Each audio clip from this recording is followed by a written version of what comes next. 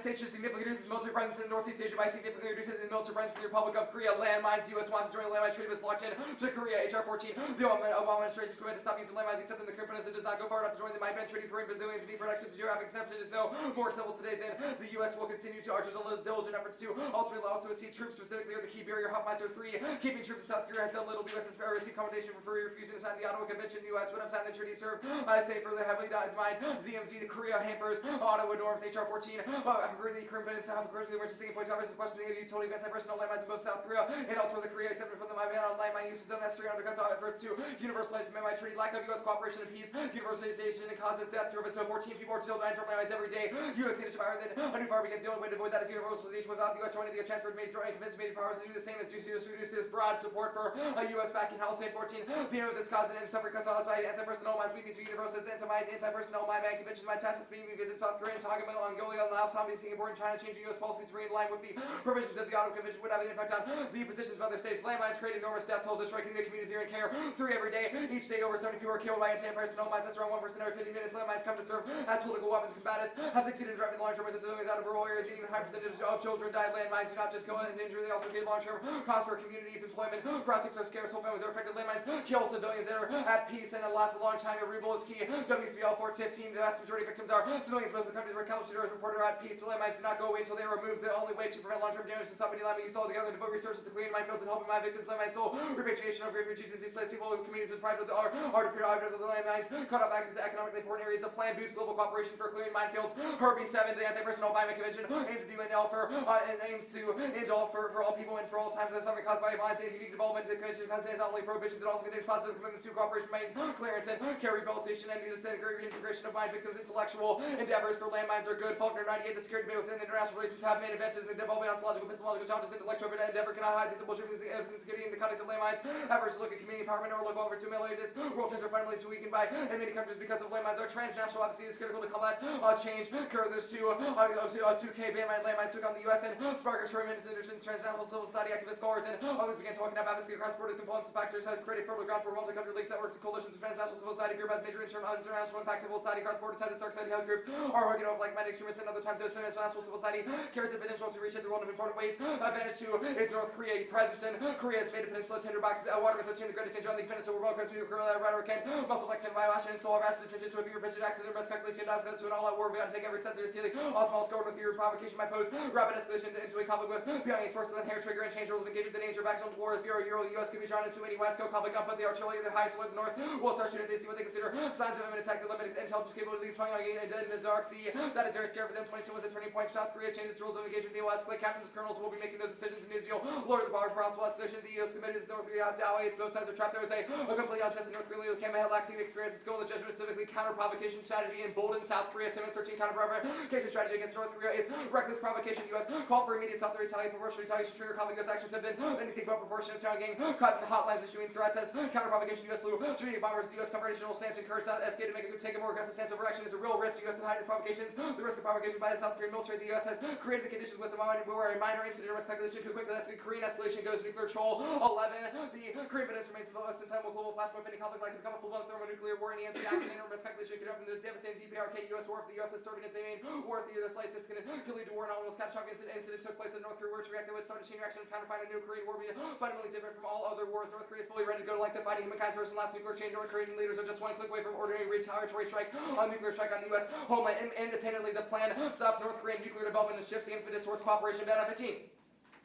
In case has been conspiracy suggesting some of the U.S. nuclear tests, the U.S. cancel military. The South U.S. refused and expense agency BoRi will respond with the nuclear tests. Washington should reduce military presence. China's frustration with Kim provides opportunity. China has tired of the child nuclear weapons program. The PRC area remains reluctant to cooperate unless the U.S. reduces the threat. The PRC would apply greater pressure to negotiate with North Korea, not targets America, not only because of U.S. troops confront Pyongyang. Presence also leads to chemical weapons use. ICC 9. The Pyongyang possesses a large stockpile of chemical weapons, biological weapons. So leadership is very unlikely to serve its immediate unless there is a significant change in the political and security environments it consists the stockpile is already sufficient to inflict massive civilian casualties. The gross conventional capabilities are declining against foes, so leadership is likely to rely on asymmetric capabilities. This strategy poses deliberate accidents or unauthorized WMD attacks. Death by chemical weapons is incredibly excruciating, prevented at all costs. Result 13. Imagine trying to desperately catch your breath. Joe, you can't experience the switching, joy, vomiting, defeating, all out of your control. Eventually you do die. Don't be deceived by the painful, terrifying sentence from the exposure to chemical weapons set in. Instantly the victims to your terror must be at an all-time high. Death can linger for 18 hours. Presence in OPCON enables an international doctrine of flexible preemption and aggressive and sustains back against aggressive military interventions. Arkan 6. The U.S. developed a new contingency plan to take out military action against North Korea. The new plan for some preemptive action. The involvement of offensive war plan vis-a-vis North Korea relates to a general desire for the military to develop more flexible and timely contingency plan and challenges that go beyond only responding to military provocation. American planners saw Copeland 5029 as military actions even if there are no internal crisis or emergency justifying external intervention. Our argument is not that North Korea is irrational, rather they become a threat in response to a securitized U.S. policy. Nagato 12. North Korea considered that the hostile policy toward North Korea has reached its peak and conducted the second nuclear test as a result of North Korea's perception of its need for a more effective nuclear weapons. Denuclearization is put on hold whenever North Korea feels a security threat of the USA. Defensive realism assumes states may act aggressively when they face external threats and seems to be useful in explaining North Korean foreign policy, which sees its regime survival as the most important policy objective. North Korea perceived that the U.S. were pursuing the hostile policy. North Korea seeks a nuclear test as a necessary when it thinks about a changing international environment that requires it. The affirmative heuristic is good because it provides an alternative to the status quo. Non-concrete activism is inaccessible, makes things worse. Brian 12. What are we to do if all this is right? It sounds like we are to reject all those interventions because they remain tied to the model. This is the worst sort of abstraction. The academic and left also falls prey to some form of abstraction. It's very poor in proposing any sort of a realistic construction of alternatives. Even though these critiques are often right, we express them anyways. And only an academic with a PhD in critical theory, we publish our work in expensive academic journals, and we give our talks at expensive hotels. This type of revolutionary is the greatest friend of the reactionary. These are people who keep the Russian Limbaugh in business. Our critique and toxic cynics and skeptics immediately jump in and out of the analysis of dirty secrets, ugly motives. How are we to do anything at all if we have no concrete proposals? Saying revolution is the answer without addressing the infrastructural questions of just how revolution is to be produced. We need less critique, not because critique is not important or necessary, but because we know the critiques. Everyone knows the system is destructive and act against them. None of us, however, are proposing alternative calculations. And Nathan, I might need another card.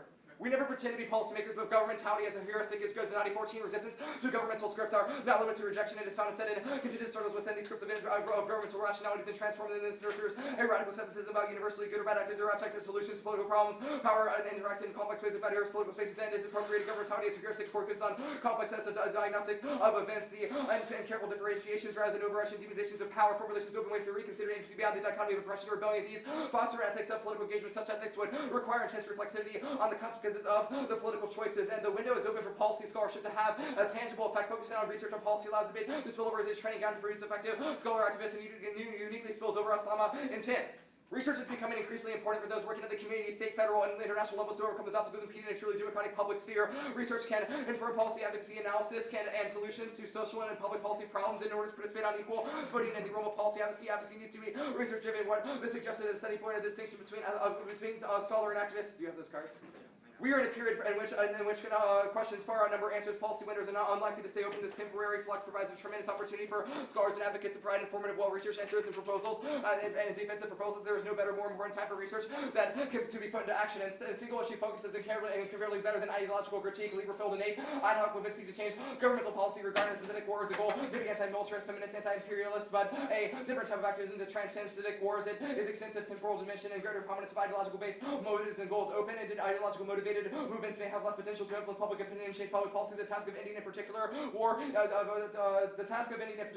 is more achievable than that of winning any war. Generally, peace groups with broader time horizons and more abstract goals to generally find it hard to achieve favorable public responses.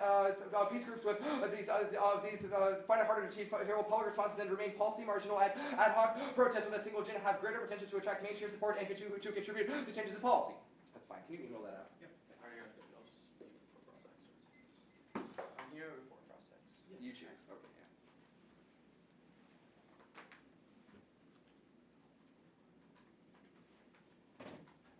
It's done. You can open it. Oh, There's a 10-second. oh my gosh, Andrew, naughty. This is the second time you've done this debate. Okay, it's not too bad. It's not too bad. It's just water. Yeah, it's interesting a little bit. It's okay. Now we've consistently done this twice at every debate term of the year, so just keeping everything sort of. And it's on camera. And it's on camera. Yeah. No crossing sheet. Oh, it's good because you can isolate the moment and then have like a super slow-mo. Yeah, except the only issue is that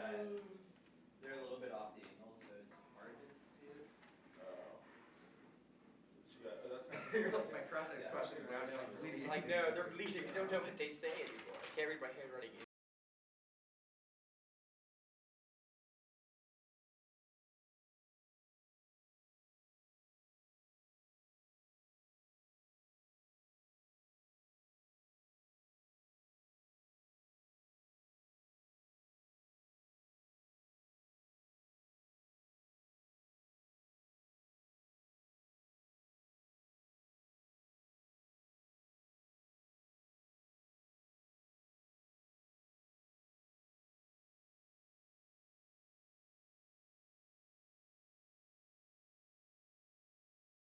Says significantly reduced by significantly reducing what military presence would you leave in South Korea? All the ground forces would leave. The nuclear umbrella would stay in place.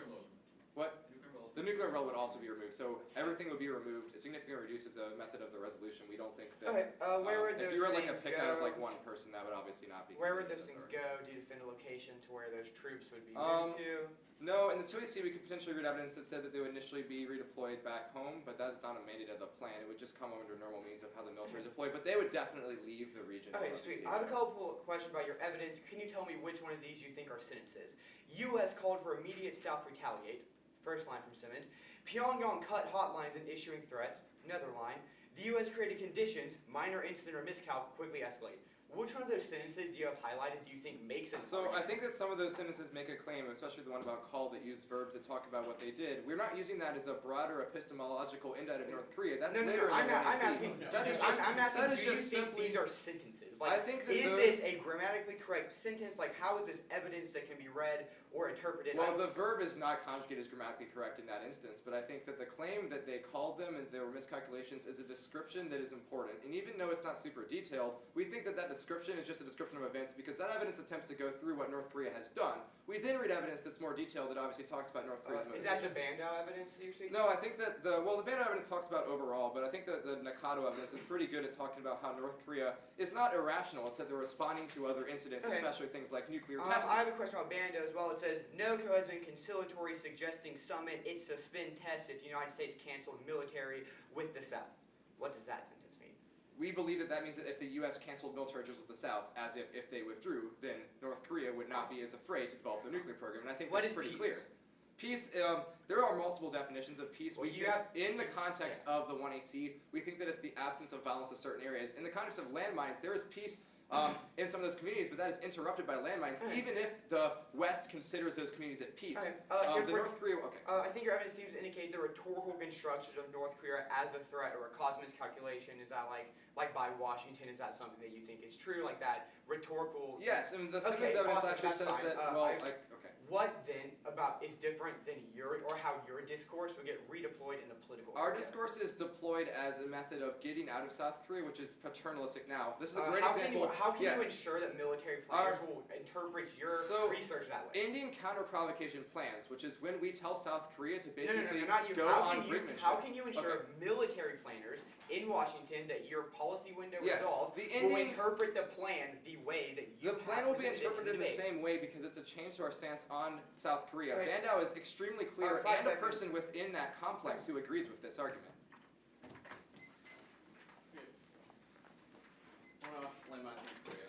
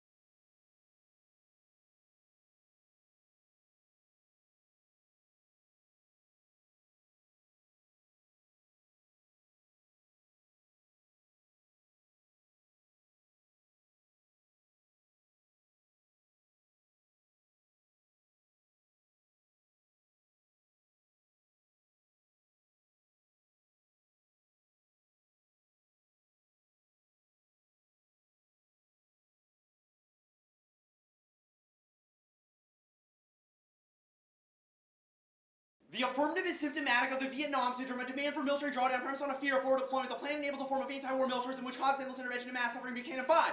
Neither should we delude ourselves that anti-war is anti-militarism. The opposite is true, that militarism no longer thinks in terms of winning and losing. The Vietnam syndrome was needed by militarism to resurrect itself. The U.S. was anti-war only to the extent that war put its people in harm's way, but had no opinion on the unloading deadly ordnance on the faceless peoples from far away from the homeland, that they should persuade the people that technology has made them invulnerable to war, has entered into the age of intelligent machines, not intelligent government, that behind this function of the Vietnam syndrome, the U.S. will lean that it can win battles, but it can't pay for wars. The reconstruction is the surplus value of the war. That war has gone Wall Street. That war becomes a period will no less of a deadly for its lack of reality. No, not only survivors relinquish a victory. War has just in it that wars of unlimited means and no precise in the clock was formulated to reverse. The more successful it is in the state, the less controllable by the state it becomes. The state has become a puppet of the war machine, global in scope and ambition. The vampire beast is virtually a contract with real capability. That fight continued as the troops were withdrawn, reshaping militarism as an incorporeal system. That the nation wanted to end the war, but that was unable to do so. I mean that people wanted Vietnam. The struggle was up by the war, but when it takes peace as its object, that the U.S. isn't strong enough to hold it back, but it can inflict lasting pain on now who would defy it. They should be able to use ideological justify war in the absence of a proper object and a known enemy. Now war is no longer fought in protection of a sovereign nation, but to universalize and protect a Western defined humanity in the name of peace. Liberalism is morphed into an inclusionary discourse that folds nations into the global subject through strategic concessions such as the affirmative that remove particular geopolitical excesses of U.S. military presence as a perfecting of necropolitical warfare, which fuels an endless war on difference of its 10. Liberalism tended to be a continuation of war once peace had been included that while there may be populations that would be beyond the little pale is now taken that they should be included that with a pacification elimination of political difference, that the more peace is commanded, the more war is declared, that these wars no longer benefit from the possibility of victory or peace. The project of removing war becomes a lethal and unending process that is now possible to write of a global civil war in which all life is openly recruited, that the destiny of humanity is waged on the success of humanity, all political strategies that from the perspective of power, global strategies, the global civil war found fought poorly by political spoils of life, all becomes a danger summer from within the liberal imaginary that the violence can be sanctioned against the enemies community by doing what is necessary out of the global species necessity requires a new moral essay of life that putting the universally against a particular that commits violence against any ontological difference that by political life perpetrates a commitment to this form of social peace and the one true reason and entitled to define the norm against those who deviate. The threat is now from the dangerous others within the societies we produce ontological commitment to secure the subject and for political modernity to function one ways to be one has to be capable of killing to go on for living. The wars are no longer waged in the name of a sovereign that they are waged on behalf of everyone. The entire populations are mobilized for wholesale slaughter. The indirect murder is posting someone to death, political death, social protection is one makes that process of elimination possible. That modern violence that separates the inside from outside within the United States. That eliminate radically the people that are excluded. Violence is only rendered problematic when associated with that geopolitical excess, such as e.g. the invasion of Iraq, which will obey the use of torture, precluding any critical evaluation of the forms of violence that take place within humanitarian discourse and practice. The nature of the racial imperative is removed from the analytical arena. Now vote negative to reject the 1AC. The research project can only be used as a prophylactic against the national security state. The alternative begins with a withdrawal that refuses the capitulation of debate to the anthropological factory of the U.S. military 1409. One does not need to, one does not need appointment with the Pentagon to choose for the national security and military goals of the U.S. That one does not even need to be an anthropologist to provide the military with the information one needs to simply produce anthropology and not be mindful of how it can be used as a sort of generous more of us need to share a global goal of producing useless research about useless power, empire domination that toxic to the sciences of conquest and anthropology of resistance, liberating ourselves from being our own hostages and to refuse further aid from within knowledge that supports the workings of empire. All of us can be unwillingly useful and us for the useful to that. At this moment, there is no such thing as an innocent anthropology that the U.S. military intelligence are looking for incorporating scholars and global surveillance issue, conduct a field work in the areas of potential threat and counteracting the objective neutral and scientific are the buzzwords for anthropology and landmine power in the service of the sea world is horribly attempting to move the militarization of the economy beyond the sphere of the politics that criticism is political, but supported scientific looking for alternatives that would begin with the design of field work and show that there are other ways we can work less open to manipulation than we can imagine experimenting with forms of research that defy conventional requirements of the military. Now we have a tailored link to their landmines advantage that only the alternative can solve. They're focused on the static notion of minefields, mystifies the nature of military's violence that is increasingly becoming extra-dimensional and spatial. This guarantees endless violence more than 15.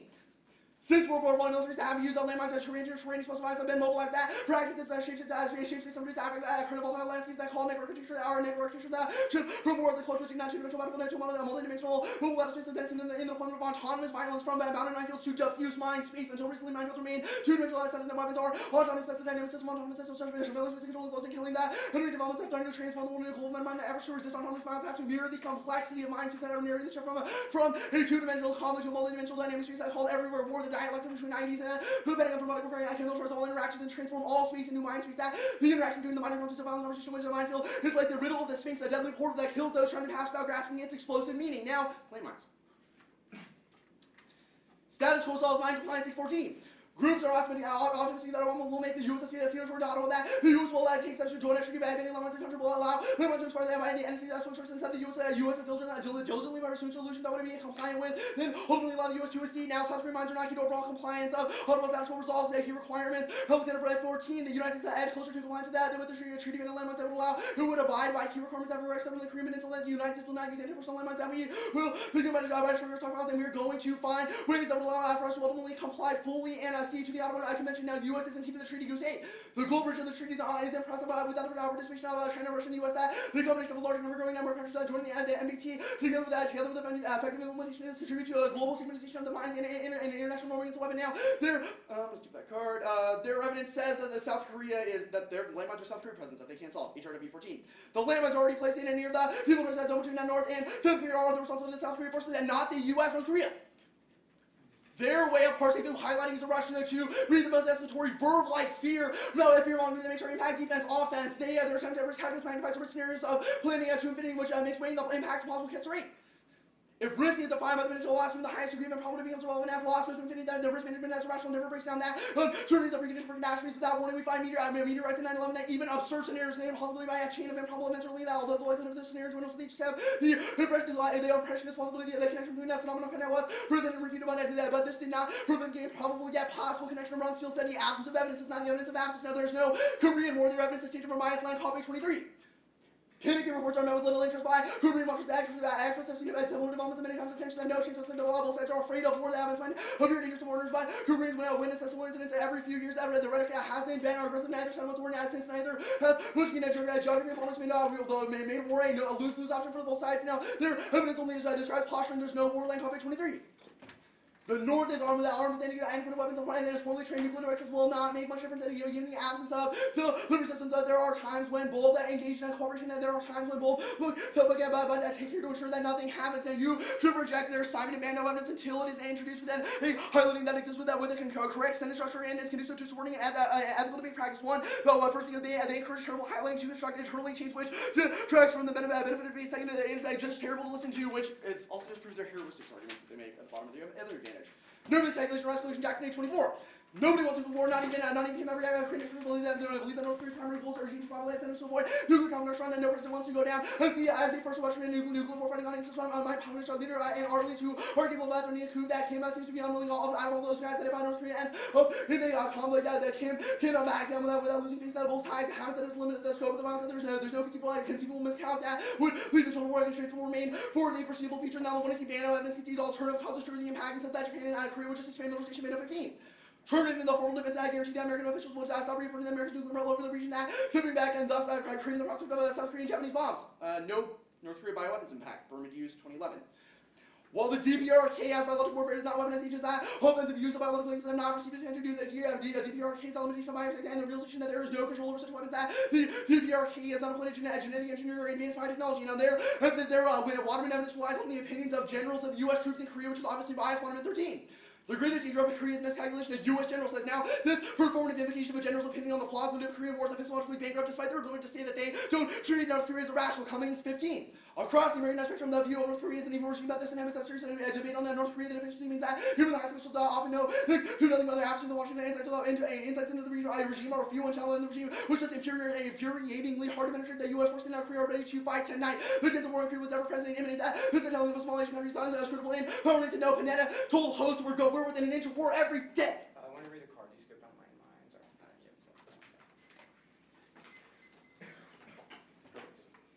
Why is a fear of forward deployment bad if it stops paternalism against our allies? Well, I guess that begs the question of what you mean by paternalism. Paternalism has often been justified by the notion of like a projection of fear or anxiety of the other. So in this case, our argument is that you've created North Korea as an epistemological object which motivates your withdrawal, which creates kind of the underlying reason why your withdrawal happens. Yes, but if that withdrawal also means that South Korea is not emboldened, why is it bad? Your evidence is not in the context of South Korea. Well, we also read evidence that the withdrawal of the plan would actually embolden South Korea to expand militarization. Okay, that's a separate question. In the context of the Buchanan article, how is this applicable? How does the AF continue the same type of balance that Buchanan indicts? Because there are a lot of instances in the one I see where you're like, the mechanism of the plan means that we can finally have peace on the Korean Peninsula. Our Buchanan evidence is a criticism of that notion. It says that the modern liberal state does not have space for peace. It relies on that notion of carving out particular constructions of peace Okay. in order to justify what is the a better- insidious nature of everywhere That's war. fine. What is a better research practice for studying North Korea's nuclear weapons? What do you... In a world of the alternative, how will we study North Korea's nuclear weapons? We don't have like a specific way that we present like Well, I think it's academic important for how, genre. if you're I don't saying know that what our you research mean. practices are Research bad. regarding North Korea's nuclear presence should not begin, per se, with opinions from the United Yes, States. I understand. What should it begin with? Etc. With people who exist maybe on the ground in North Korea. Okay, so our President Chol is evidence, which is our essentially- impact, is actually a North Korean scholar. Why is that not sufficient to meet that research burden? That's some nice tokenization. He Yes, literally we have one went to North Korean Korea scholar. and studied You are there. correct, but the large majority of the one he sees is premise or So it's Calvinist off or the other military ones? strategy. What does the alternatives research practice do to construct a better view of North Korea? We said that the way that the 1AC is constructed itself based on a narrative of communication, particularly the way that you've like highlighted your evidence, or I understand the links. I'm asking, how does your method address this better? We don't have to Force you present go like home and write a better 1AC. Yeah, Okay, like so there's voting- no stance Like- on how you would resolve the militarism that is existent. Wait, no, besides you're that asking the a app is separate bad? question now. Okay, Your first I question am, was yeah. about research practices, now you're asking about the alternative. Okay, Which one do you want me to I'm answer? asking about the alternative. On the critique? Yes. Yeah, we say that we should refuse the invocation of militarism in the debate space. Our argument is that militarism gains its ability to kind of drain linkages from like the material deployment of Okay. violence from the ways in which we speak in academia. We say that Yeah, the personal that's links fine. of the 1AC the Bolton, is our I have another pointing out question. how you've The Bolton evidence, which is your landmines indictment, is talking about a criticism of violent landscapes that the U.S. develops with landmines. The plan is in counter to that. Why is this a link? Bolton evidence says that when scholars have focused on landmines, which are static and fixed in place, it mystifies the nature of violence that occurs through autonomous weapons, which are justified based Okay, on so what should being we like, do? Hey, we're not using Why does landmines that anymore. mean That's that we because should? landmines are now mobile Why does and that mean everywhere. that we should continue to let people die from landmines? That's not really our Okay, argument. then how does the alt resolve it? The Bolton evidence says our analysis needs to be attuned to the constantly shifting nature of warfare, which is a research practice that the alternative would invoke because it recognizes What does that the alternative do about landmines? Yeah, second line.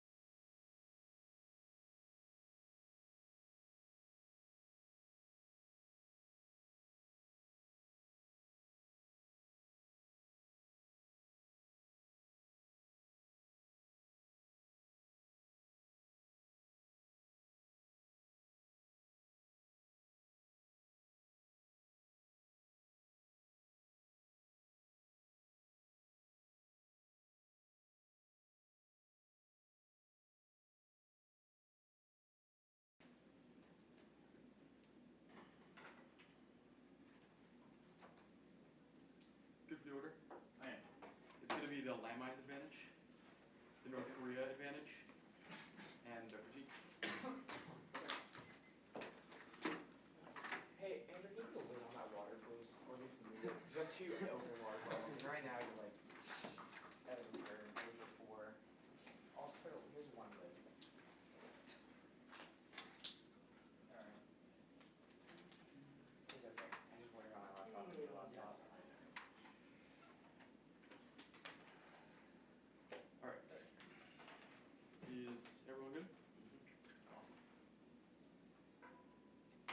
Landmines are a permanent form of U.S. presence that kills one person every 15 minutes. Abroad, it's a reminding force of U.S. imperialism globally. Only the affirmative will solve this by enacting the Ottawa Convention that's able to sell to global international norms of liberalism, all are internal ensure defense of liberalism. Why this liberalism can be used for positive forces to end landmines because they conceded two critical arguments versus the following evidence against landmines are in a different context of security because they are not sentient beings. They kill indiscriminately and kill anyone. Second is the Critters evidence. They when it indicates that landmine activism is key to international coalitions and coalition building that the alternatives is able to get access to. Second is it is crucial to second is the landmines kill anti-colonialistic movements and anti-basic movements because it prevents people from being able to coalesce together because they can't even go outside of their houses without the fear of being blown up. This kind of fear needs to be solved, and only affirmative is a pragmatic solution able to solve. The status was not able to solve. The HRW evidence indicates that other evidence is just speculative. The HRW evidence indicates that as long as the United States is committed to South Korea and other countries are not going to receive U.S. commitment to the Ottawa Treaty is credible, nor is Obama going to be able to actually sign on to their evidence indicates that Obama says he won't use certain types of landmines, but that is the kind of hypocrisy that only the affirmative is able to solve. The second piece of evidence says that U.S. won't use landmines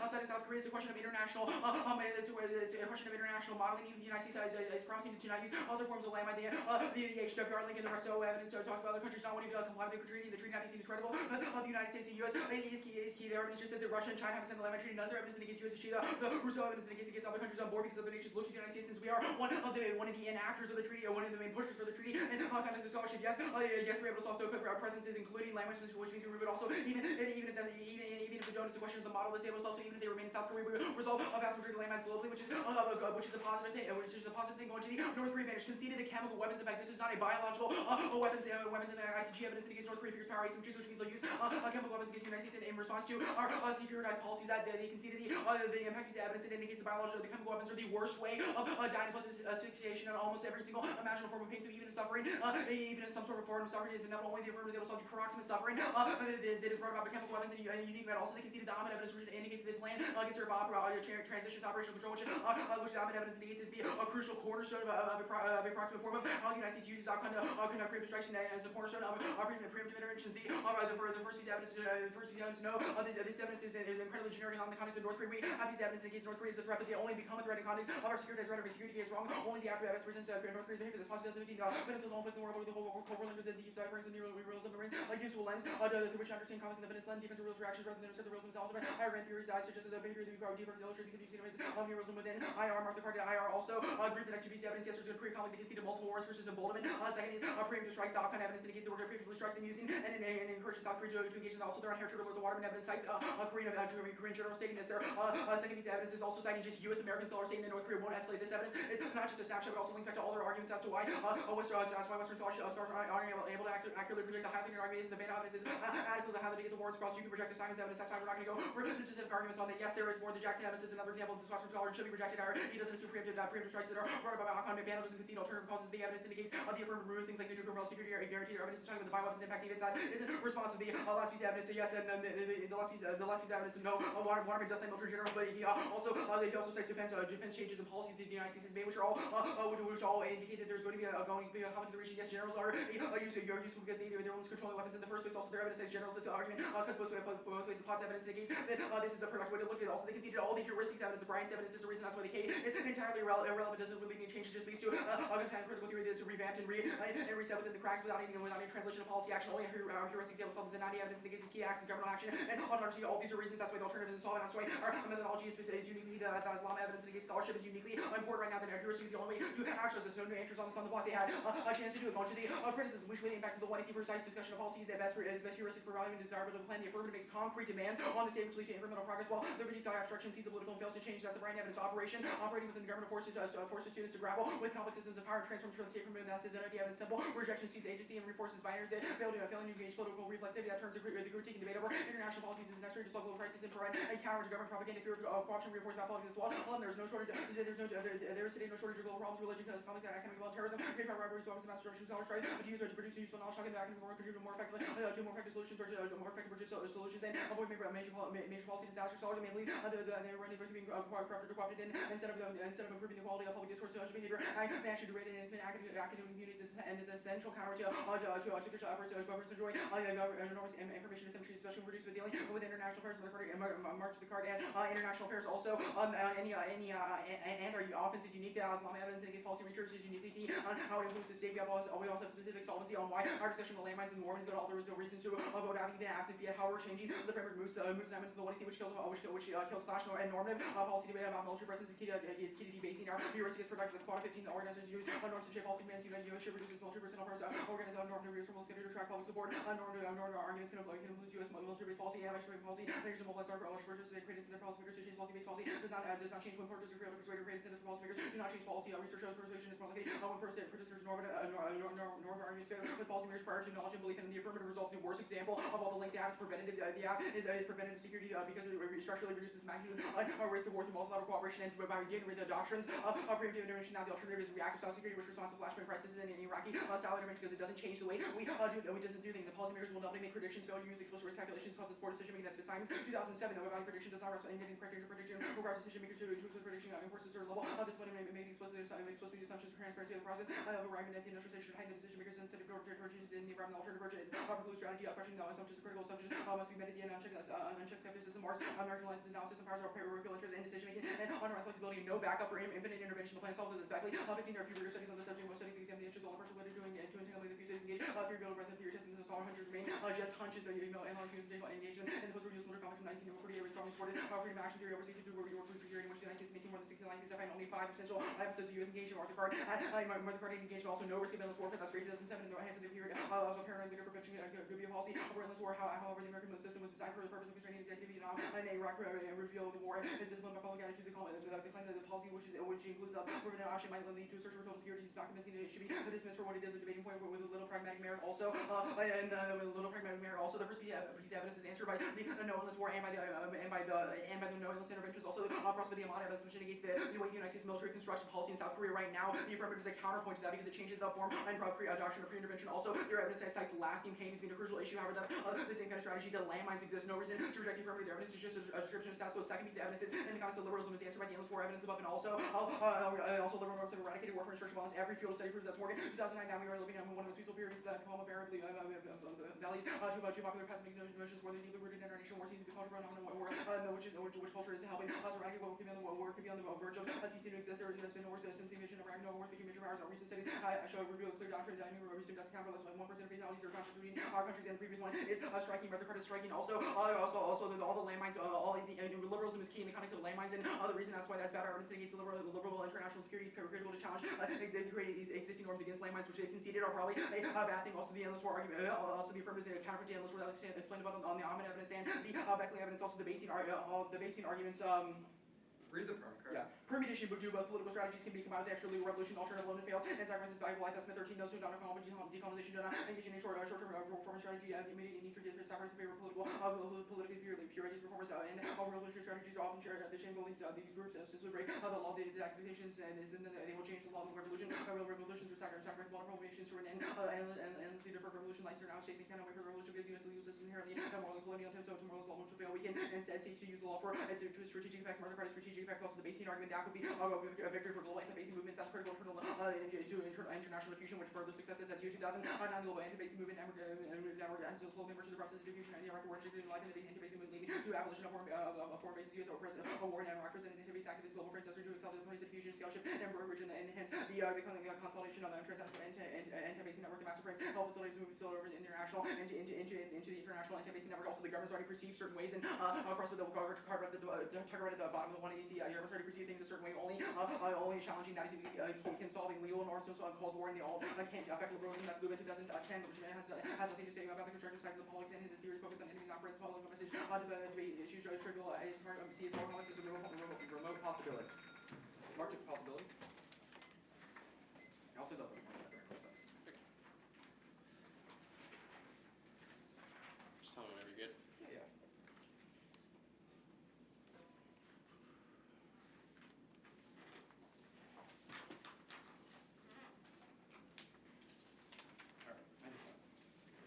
Important evidence. Liberal norms have eradicated warfare and structural violence. Does structural violence exist anywhere in the world? I don't think it's necessarily an eradication of structural violence. Then why did you tag it that way? I think it's getting at the claim that liberalism is working to eradicate structural violence. The No, evidence indicates that there was a massive amount of studies that say that structural violence is on the downstream okay, because of so liberalism. what?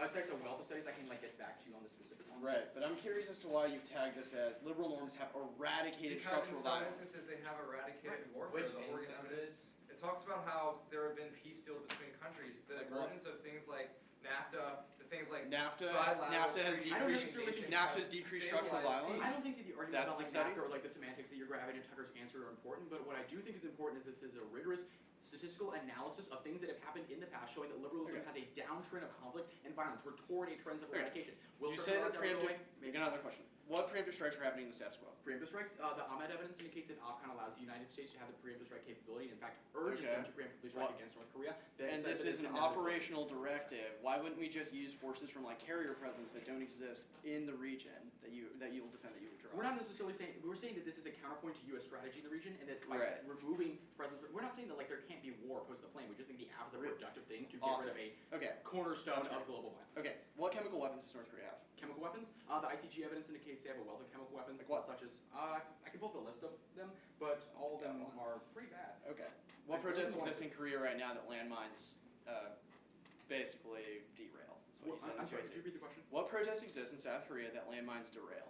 There is, the landmines derail? Yeah, you said that in 2C, that landmines prevent protests against anti-colonialism. No. or The against arguments colonialism. about landmines derailing is more in the context of like other, evidence sites, other countries, Okay. in areas like, Like what? Africa. What that- countries would perceive the U.S. withdrawing presence Areas from like- South Korea to then go to Areas a like free- Djibouti, areas like, for example, where can't limit. What movements are happening there? There's anti Which, basing like, can movements you tell me, coming. like, They don't. a There's a lot. single There's a movement? lot. Our Just one one main base movement. in Africa is in No. Djibouti. They don't. A lot of people there don't want the base in Djibouti. we only have However, they're one not base able to in coalesce because 45% of the entire land is covered in land. Okay, That's where just have you one read example. reverse causal piece of evidence that says the U.S. withdrawing landmines from South Korea would then lead other countries to ratify the Ottawa ban to The create like an HWC international indicates norm that against post it? a U.S. Withdrawal, then we will sign on to the Ottawa Where does Treaty. it speak to Then Russia we- or China? The evidence you read on Russia and China just says Russia and China haven't signed up to the landmine treaty. Our evidence indicates Okay. that the United States is the main pusher of the international ban on Okay. landmines, that would get other countries One more on board question. because they see Gray it as evidence power. says that there's no risk of endless warfare. It's from 2007. It says that the American political system is designed to stop the executive from intervening. Yeah. Why Libya? Why Iraq again? The checks on political Why systems arm say that Syria? there is a way in which we can prevent endless warfare. The Beckley evidence indicates that the public is kind of fed up with this endless warfare. Yeah. And if it's true that the public controls whether or not we intervene in other areas, then we think that There the was public fed up with endless There was a warfare. Gallup poll. 67% of people opposed the war in Libya. Why did it still happen? If the public controls the executive. The argument is that there are checks that exist and that we think that it's decreasing intervention.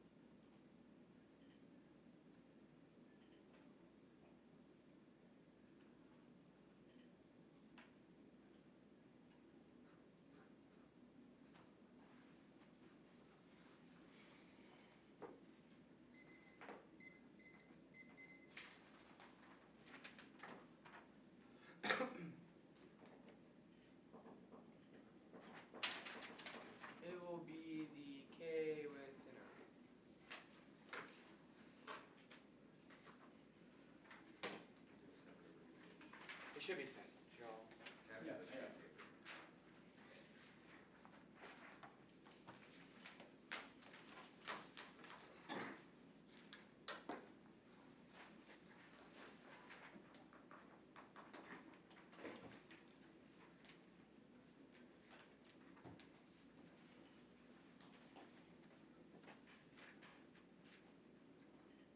Alright. Is everyone ready? Modern warfare is no longer physical occupation of land, but rather inclusive process of globalization seeks to fold nations and bodies into the United States war making machine. And one is bound to an ontology of permanent war making, which aims to incorporate or eliminate anything that falls outside the universal human liberalism spectrum, apocalyptic disasters, flood, there that fact of anxiety over collective future that are banished through removal of geopolitical excesses of U.S. military presence. Evans says it produces an ontological commitment to the achievement of peace by any means, which turns out was the case first makes distinction inevitable as the terrain of this new global civil war is that of like the self-incorporated gestures like the affirmative only shift the registers of the universe of humanity against the irrational other to culminate to nuclear war, such as when the world evidence that any policy debates to begin to train ourselves better to fight the terrorists, to fight economic disaster, etc. The purge of anxiety. And second, produces an ontological category of non-human that's excluded from political calculation, which aims to over impact defense, doesn't show up in Western scales of impact analysis, causes political death, math, poverty, structural violence, and fuels a racialized dual project that pushes all life to the backward. The liberal subject forms itself through the death of those positions on the outside of modernity, which means their link turns on offense if they win, that they cannot win a changing of the ontological nature of that very subject. Only the alternative does that. Our framework interpretation of this debate should be a question of the research produced by the one in its relation to military presence. This is a critical interpretation which solves all of their obviously the grounds and the question of the resolution, all of our link arguments, and evidence from the one in specific to the one in analysis or recognition to that sort of formation of military presence. The judge should be an educator determining the best educational model to engage the world. We'll agree that political policy and debate has its benefits, but our argument is a criticism of the research practice that you have produced within a debate space. I'll answer their Brian is the naughty evidence. First denies the neg argument, indicates that we need by only by questioning the representations of subjectivity come to alter form of the governmentality. The 1EC does not do that. If we want to go to link arguments, they only are re-entricted to that very same subject. Second, I think Brian also links it in. The 1EC is we read the 1EC question mark political action. I do not know what their internal link chain is. Our argument is the debate tranches to engage in world in certain ways, so we should evaluate the research evidence. We have two disadds of their interpretation. First is the cruel opposite. The plain focus restricts debate to a simple liberal question of military presence or knowledge, fosters self-congratulatory system where debaters think they've done something merely by realizing military presence is sometimes bad. That siphons political energy into a metaphysical liberalism by fostering a subject able to purge self and anxiety by advocating empty reformist gestures and affected common debate internally turns all their politics are good arguments. Arguments indicates that trades off of that analysis. And secondly, if you have double binding, either harms or ones are true, and they can't solve extinction before they get the hands of lover powers, means you only care about ethics while you're willing to die or the harms are constructive. It proves the link. Now their next argument is this policy making good. This proves the arguments explained above. Forte says their research and mobilized for violence. This is proven. They couple places. First one says the policy debate to in order to better fight the terrorists. Second is they're also the second. This means that this is not offense for them. We do not preclude political engagement, rather a question of the research debate. You should be very skeptical. Politics should not occur in as if they describe institutional level in this debate on all that occurs in our personal relationship to those things. You should prioritize that. They say policy research is good. They say mutual 1AC. I think I answered that above. We're pretty specific to their analysis. They say the common law part of the Northern debate is good. First, I don't think they get to access to argue about certain movements occurring around the world. They can't name a single one that is going on or their personal relation to those things. This is why the evidence calls a faulty chain in which we come to associate ourselves or include those bodies in the pale of the liberal order, those outside of it, but only as a tokenization in order to justify Bernio produce a facade of liberal inclusivity which turns all of their offense. I also think all my arguments above about their certain research practice answer this argument. They say the affirmative solves they're the worst example of the link arguments. No Evans says that characterization is uniquely problematic. It is the ability to siphon energy from actual criticism of militarism. But Evans says the power operates now by the strategic location of geopolitical excesses of U.S. military, those which make other people matter, might produce conflict, to remove them in order to produce a benign phase. Their idea of this is the worst example of militarism pays over the racialized imperative that sustains global warfare, which was explained above, which is the reason you can vote negative because their analysis of warfighting projects is fundamentally unable to resolve this. They say the alternative is to say reactive security logic. I don't think this is true. Forte says we need useless anthropology coming to relate to military ideology. The one he sees research produces comfort in the possibility for the military industrial complex to repair warfare itself. The idea that we produce research makes military govern better, more efficiently, is problematic, but the alternative is active, the negative performance of making weak arguments take form of toxic research that unsettles the comfort that generated in the research project. This is necessary for reformulating the particular ways we as subjects and debaters come to identify with military presence abroad. There's no offense to our educational alternative in the way in which it relates to the debate round. I mean, they don't really have any more offense that can be applied to it, because all the heretical criticisms assume we are merely an innocent theorization. We argument is, yes, politics leave the room, but not the kind of ones he produces. They say predictions are good. Aaron Barron will answer that in the one hour when he goes for the Kessler stuff. They say there's no endless warfare. Their impact even doesn't apply. That was all I explained up, I think, but I also think the idea that studies prove it, what forte evidence indicates, the appeal to objectivity, studies in science, the positive attempt to depoliticize criticism, to move it out of the realm of politics, to ignore the criticism itself is intimately political, because it's the only thing that fosters political change in the first place. You can send the one you see home to write a better act without rejecting the theological principle of the one you see arguments that question the way they come to reduce those things. The one you see is not necessarily offense. The alternative probably wouldn't preclude that. They say no risk of endless warfare. Bearing answers and crossings. It's assumed that the public has the ability to prevent war. If this is true, then you should just vote negative, because the movements that are existing as status quo have the ability to stop United States militarism from spreading, or the one you see is a liberal reformist center. They say they are the counterpoint of U.S. militarism. They're the militarists. I don't think this is true or thesis argument about liberalism being an inclusionary tool means that, yes, you may be correct, that in an offensive imperialist world of American colonization, that may be true, but this shift to the age of globalization, which has to incorporate bodies into liberty. Now, I also think that we saw this better research practice is toxic to the way in which liberalism comes. It's also internally turns all of their education arguments on knowing the intricacies of policy. If we ruin our thesis argument, they are not able to come to grips with. That means that they have incorrectly diagnosed and explained the process of U.S. military strategy. So you show negatives, we have a better rotation. They say the eradication of structural violence. This is, I think, important. Yes, it's a semantics game, but it proves our argument. For case as research becomes co-opted, they cannot control how the research gets reproduced or spread outside this debate on our argument. The idea that liberalism has eradicated structural violence becomes a palliative on part of military plans where to justify rapid remilitarization or shadow warfare, which we below in the permutation, and shields links to foreign toward the criticism, which just proves our argument. Second, this just really isn't fucking true. There's tons of structural violence and racism becoming around the lane status quo, which probably proves it's a palliative. They say they want to see the landmine. I think the alternative solves it better. The boldness is way better than any of their evidence on the question indicates. We need an anthropology, a research practice that can understand the constantly shifting nature of global warfare, because landmines have become obsolete in the era of globalization. We'd rather shift to mine space, autonomous weapons such as drones, etc., and automated terrorists that target people randomly. Yes, you are correct, landmines still exist, but the United States is already in the process of shifting to perform the autonomous warfare. So they want to see allows the United States to put a happy sticker on itself saying, look, at least we don't use these terrible landmines, which again is the sort of geopolitical excess argument that Evans is making. The permutation is either separate or intrinsic, which reason permutation to both these is either linked over offense or separate or intrinsic. Whether you should be wary of one-year reframing, because it makes them possibly negative generate offense. Also destroys the only stable loads debate, which is the one of these justifications, the way they come to frame the relation of military presence, which is the most applicable. Justifies adnationality, which determines the reason you should vote negative. They also, we have a bad faith. This the piece of Buchanan evidence indicates the United States federal government strategically would position itself in relationship to certain bodies on the periphery in order to gain traction. We have also a shadow warfare. This out of their interpretation and plan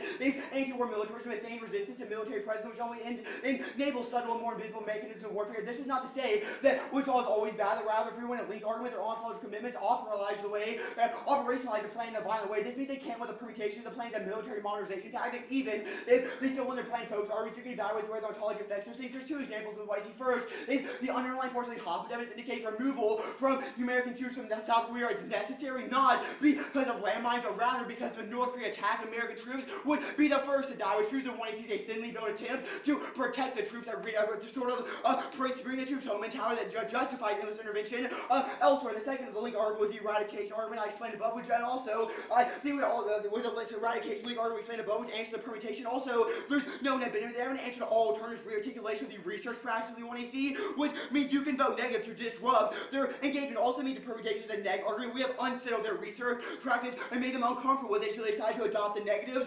positionality, which is the process of creating unuseful anthropology. They say the affirmative anti-basing movements were drawing visual aspects of military presence and actually shut down those movements. Lesson 6.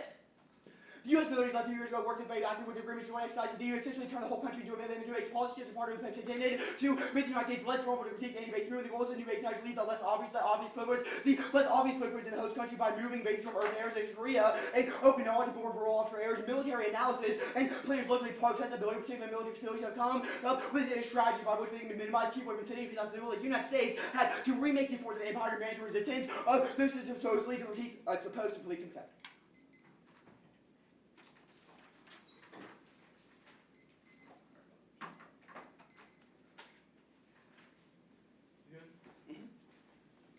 The alternative describes like a different anthropology that we view warfare through. What does this look like?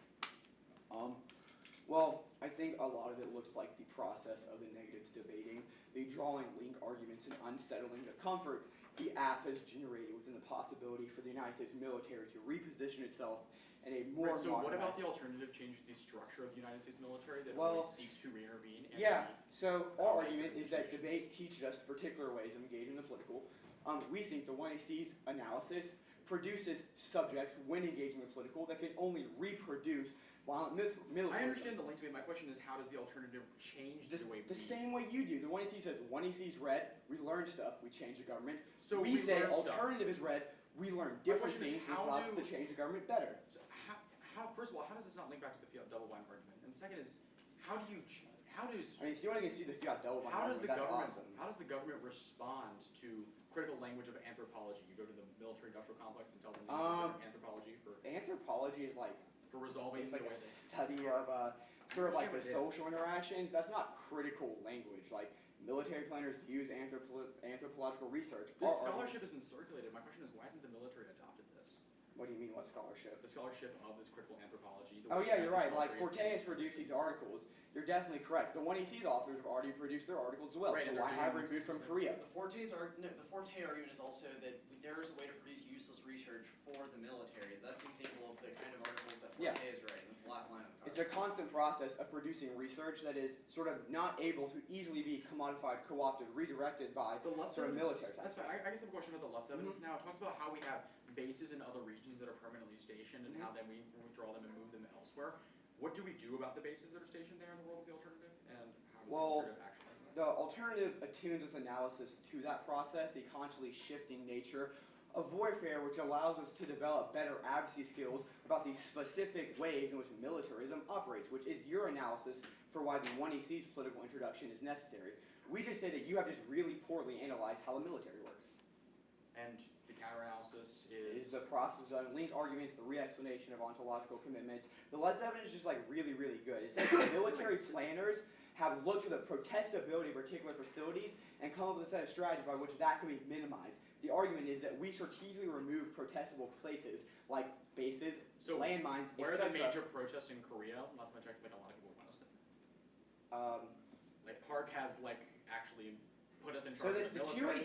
The 2AC made some arguments that the Korean movements are going on now. No, but now you're saying that they aren't. They want us there. Like I global anti-basing movements, but my question is. So global anti-basing movements. Well, there's tons of movements going on all over, sort of decolonization movements occurring in the Asian region. I understand that. My question is, why does this link to the Because you're the only one that chooses bases to remove them. I sent out the document. If it's easier, I switched the herds around. It's going to be the landmines advantage first. You can move that header up. So landmines like Korea. Just a second, sorry.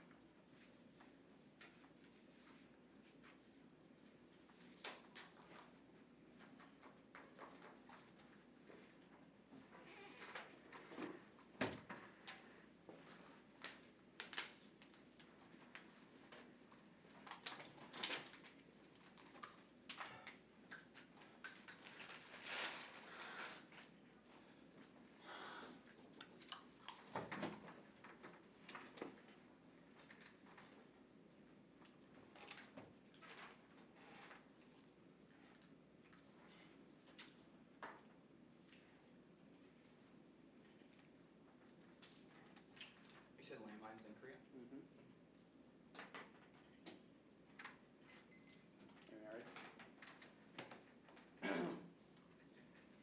The status quo solves compliance to the treaty. Our evidence is predictive inside the top Security Council officials. The NICS evidence says that the United States is pursuing ways to comply outside of removing military presence in the debt. Then our evidence is talking about circumvention and legal trickery from loopholes, which also proves why the apps internal links can also be overcoded by through the political, because there's inevitable ways in which sovereignty can transform the ability to engage in international legal norm building. Alexander 14 evidence says that the United States has already said they won't use the landmines anymore, which should solve their credibility arguments in order to boost support for the landmine treaty. But the evidence also literally says that full compliance is inevitable in the status quo. The goose evidence is not answered very well. There's already participation. Our evidence indicates that the combination of large and ever-growing number of countries to join the treaty, as well as the effective implementation that being shown by those countries that have contributed to a global stigmatization of anti-personnel mines and an emerging international norm against steel weapons, even without major powers. But our evidence also makes indexes the reverse causal claims that there's no way that the treaty could be effective without getting Russia or China on board with it, which one does not have a single internal issue. They can't name a single movement about how landmines are to derail anti-colonial movements, which means that is an internal impact for you. Now, their legal political demand for the physical removal of mines, despite the techno-feel advantages of autonomous control that leads to further militarization of even demining efforts, are symbolic refusal of the advantages for Volta 15.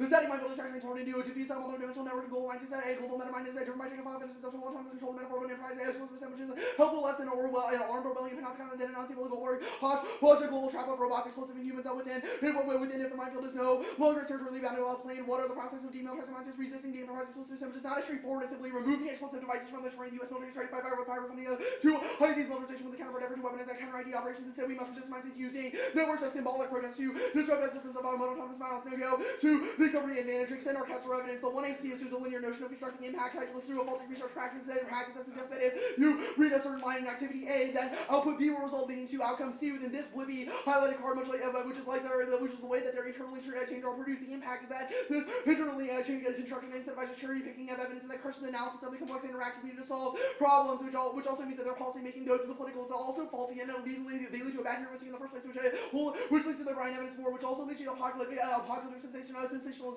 violence. That is the wrong example that the customer gives, that the apocalyptic framing of their impacts and necessarily rushes to the ultimate conclusion through the rush to nurture them. But the biggest power taking of cards in order to verbalize the biggest terminal impact, which means that we eradicate the tiny minutia that goes in that exists within every probability of every internally chain, which also means that all of our impact defenses offensive to prove the scholarship of the one I see is wrong. We don't have to disprove every single internal link, just that the form of their discourse and policy making is bankrupt. We control the direction of the internal link, even if their individual claim is correct. The way that they've combined their predictions is vacuous, which also means that their predictions aren't even good. But when they've just read generic predictions, good cards on the critique. Now, there's also an external impact. The impact frame, this exacerbates the saturation of the apocalyptic scenario planning and results in a public disaffection and elite control rate of student 2009. Contemporary debates have failed to engage on political agitations, but not even apocalypse or disenchantment that is people discussing that is desensitized the populace may smuggle through policies that apocalypse fear conditions that debates by the precautionary action that must immediately be taken to assure our global future that to push in this would leave one accused of bringing out from the relationship knowledge systems that he politicized debate delegitimate certain kinds of questions and bring out the worst realities that they see to what is imperative to go beyond the debates that have apocalypse but not futures in order for this to be translated into meaningful political action or change attachment to life has to be cultivated. There are specific examples of this in the 2 we see the idea that we have eradicated structural violence as aspect and just power tech in order to get the biggest amount of impact even to our critique. There's also no risk of global wars, the same sort of sensationalization of that communication. Now that we have also controlled the direction of all their education claims on the framework arguments, therefore when scholarship pays over the way that obeys over the context and assumptions that transforms what I see to back as much that means you can voting on presumption for Ruby 2K. Searches locate the worst that results are looped onto an argument that to reach a conclusion of impacts such as thermonuclear war that fearmongers use to anecdotes of isolated instances and individuals like categories of people's teachers that internally got stories that is the imagination of the debater rather than the sources that they have as a thought it is rather than a Boolean arrangement using these sources debaters of building many arguments are ending an Armageddon that polls are driven by high consequences despite low probabilities that will lead to high levels of investment maximums are not useful in resolving complex issues such as terror issues of WD where whoever controls the definition of risk controls the solution to the problem that when probability systems are eliminated from risk calculators that it is a political act. Now, there is no Korean war. Their evidence is taken from bias because Western media is really afraid of North Korea. The North Korean rhetoric that thinks that is posturing tragedy and geography prevents the initiation of war because of shared resources and political relations with major powers prevent escalation. Even if that's not true, the North Korea lacks the weapon delivery system that prevents a major war. That's the 2 pieces of Lankov evidence. Now, the Jackson evidence says that regime survival motivates cooperation and dialogue and internal text within North Korea prevent miscalculation. That Kim doesn't want to be the first leader to initiate a nuclear warfare. To initiate nuclear warfare. The Bano evidence that we recount that says that the U.S. would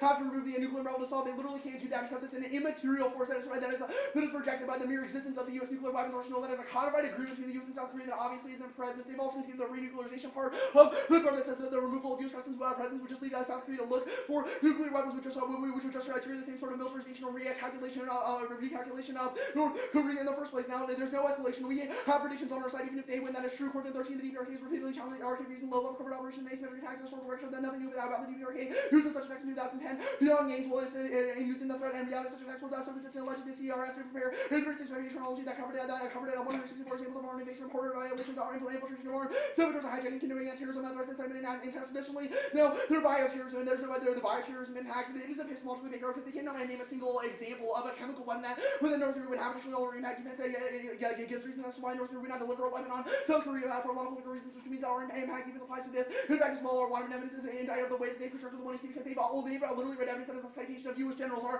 cutting evidence indicates that is a performative indication of a military's opinion that is bankrupt because that the military always has a constant incentive to always create North Korea as a threat, which means that their withdrawal is always motivated by flawed representations.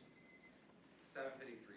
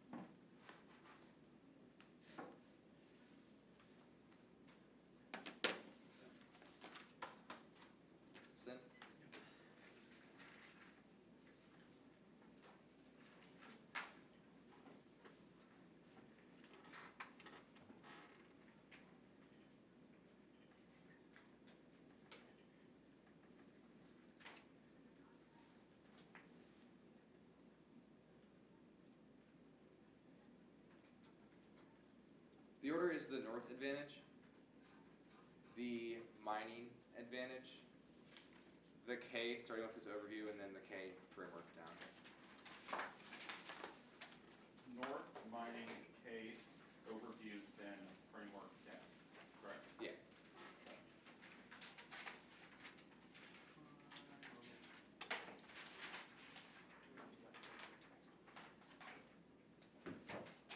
Why are there a bunch of comments doing that? Let me fix it. I'll just put a new document. I already know why it's not. Alright.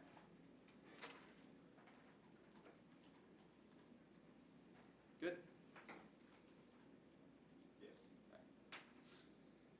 Korea War is inevitable now because the way that the U.S. constructs it through securitization of the region. The plan is if the paternal extends towards Northeast Asia and gets us out of the region, which should be sufficient to be able to solve the Korean War, results in extinction. They have conceded the terminal impact of this evidence, which is based off the thesis of miscalculation, because there is still ICBM technology that will be able to work the line-by-line arguments. The method of highlighting the 1EC is good in the context of our scenario because we use various events that have happened in Korean history to justify these specific events and then read cards that are much more detailed in terms of how North Korean calculations should be able to work. We think this is a productive form of education because we need to understand how Korea in the past was able to do this. Their scholarship midnight card is just in the context of searches. We think that academic research and rigorous testing is good of ideas. Otherwise, the alternative that is just cherry picking examples, which turns all their cherry picking stuff into a question of whether we get to that cross by the other arguments from the critique about how those studies are important because of empirical falsification. That is the Waltz evidence that the debated kind of international relations are good. Yes, or the Waterman evidence that the president exasperates conflicts because of the media narrative, but that is not the only reason. The media narrative is because they're afraid of the securitization of the region. Military presence resolves that only war, but there is actually a real risk because South Korea's foreign policy has resorted to a policy of brinkmanship where President Park always wants to deter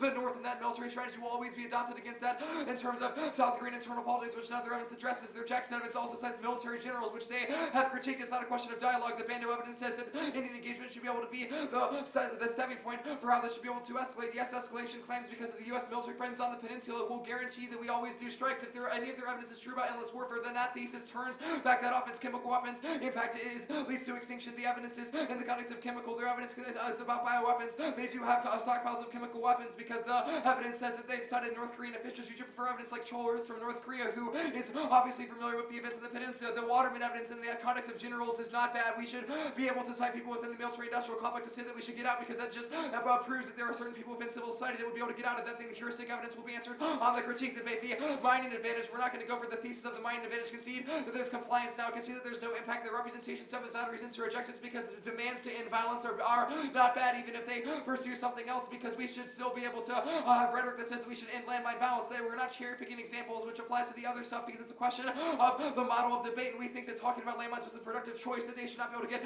independent offense off of, which is different now. The overview stuff. Is that fine, Nathan? Yeah.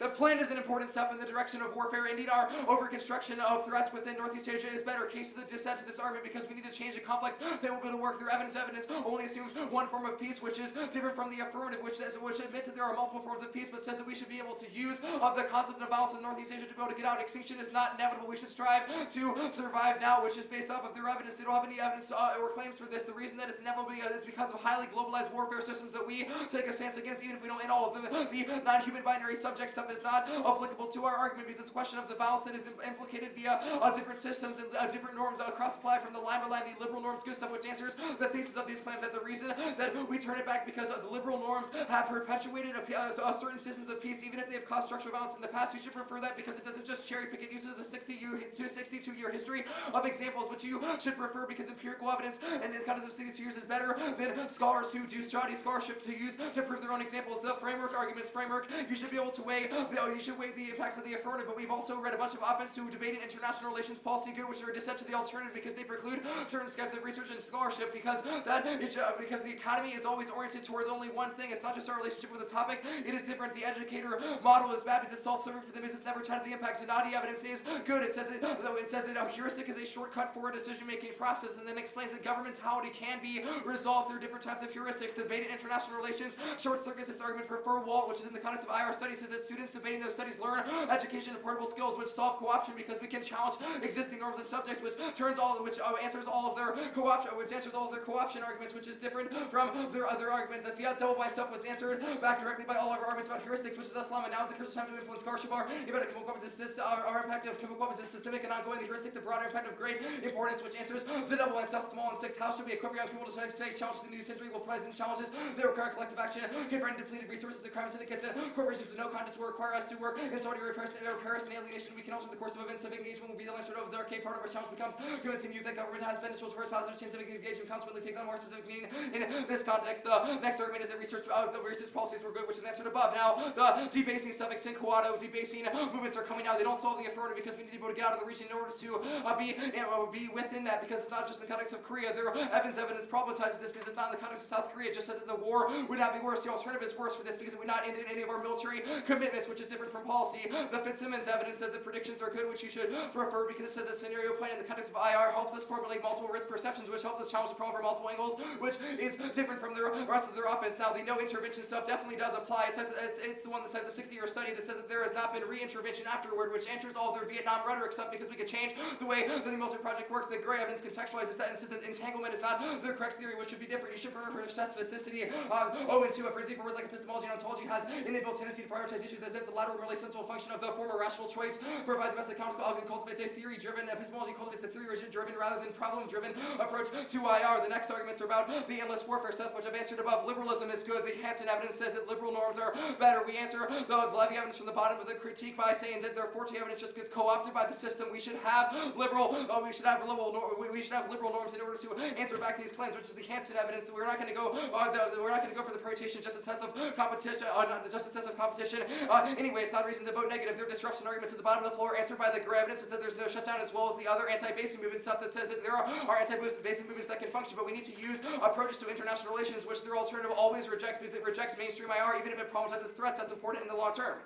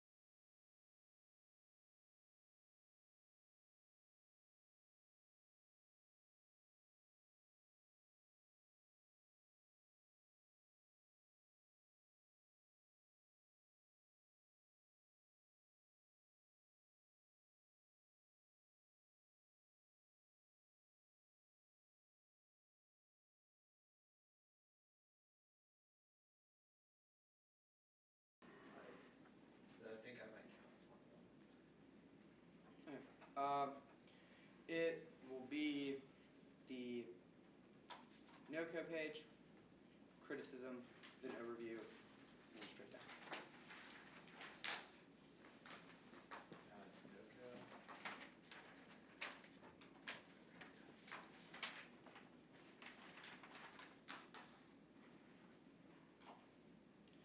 Alright.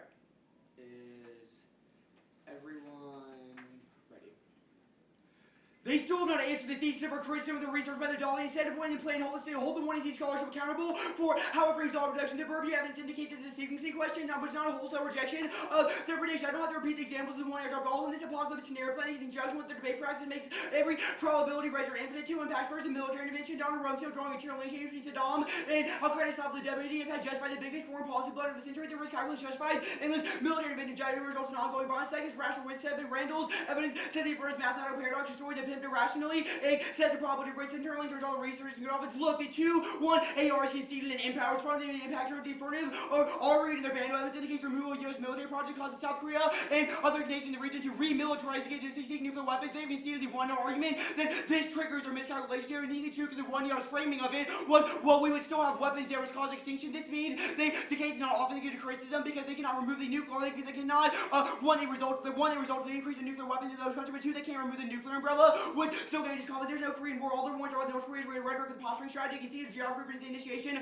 of war and geopolitical relations solve no delivery mechanism for weapons. That's a two piece of land call evidence, and even if there appears to already is true, read the Court in 13 evidence insights over 100 studies that view the aggressive to create. If they want, we don't have answers to their chemical warfare argument. We have reasons why there's warfare. Either A, B, inevitable wouldn't occur. And the first thing on the criticism, two reasons you vote affirmative and negative first is the alternative says this also this alternative solves the entire way to produce a better political subject. Forte says that we are talking to research and practice that disrupts the comfort the affirmative generated within their scholarship. That academia itself has been militarized, and the affirmative capitulates to the dominant reformist narrative that permeates the status quo. Voting dignity to voting negative doesn't require rejection of the plan itself, but rather the research methodology they come to support it. I think that one EC is not often to get us because we can result in the plan. Even if you don't believe this pick argument, we still have a better research practice. They can see they do in our framing argument that debates are produce a certain political subject and gave in that they can engage in plot and figure away any link arguments to reason why their subjectivity is the one they produce one is fundamentally problematic. This concession also takes out the reading of the Owens evidence because that's uniquely relates to our relationship to the world. There's no alternative offense to all the base. Second, they have no real answer to the ontological strategy. The only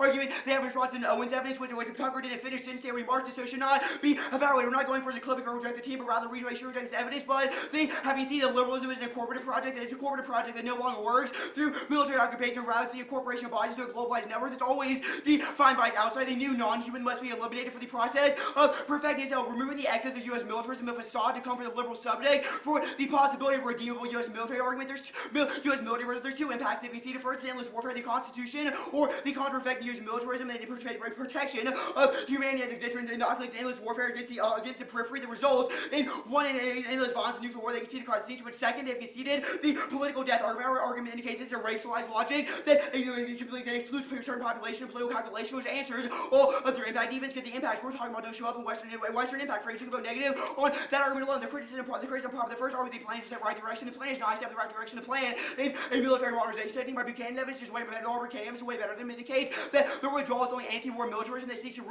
fosters re-intervention later. There's a couple the fear of forward deployment after Vietnam is explained the way through when the Hoffman evidence ended. When the Hoffman evidence indicates that because we should withdraw from South Korea because otherwise North Korea might destroy our troops, still that bring the troop mentality, which is a criticism of forward deployment and enable that is redeployed elsewhere in order for military modernization. They can see the argument they can't control how the ONC scholarship is reproduced and circulated elsewhere. So they should have to defend the certain productions or knowledge or the knowledge they produce can be reframed and broadcast by reintervention or military modernization spending. This is impacted by the Bolton evidence. Yes, it didn't go over the landmines argument, but our evidence indicates that the criticism of the United States government allows for a shift of autonomous weapons to usher in a necro-architecture of total warfare to destroy bodies on the periphery through the masking of a shift from landmines to autonomous warfare, which is a specific impact that they have not answered. It also means all their landmines offense or their impact give us two advantage is for us criticism framework theory to interpret the role of balance should be the question of the research methodology produced in relation to military. This is not where we include their when the impacts of one but rather as the prior question of why this impact should matter. They have no theoretical reason why our framework interpretation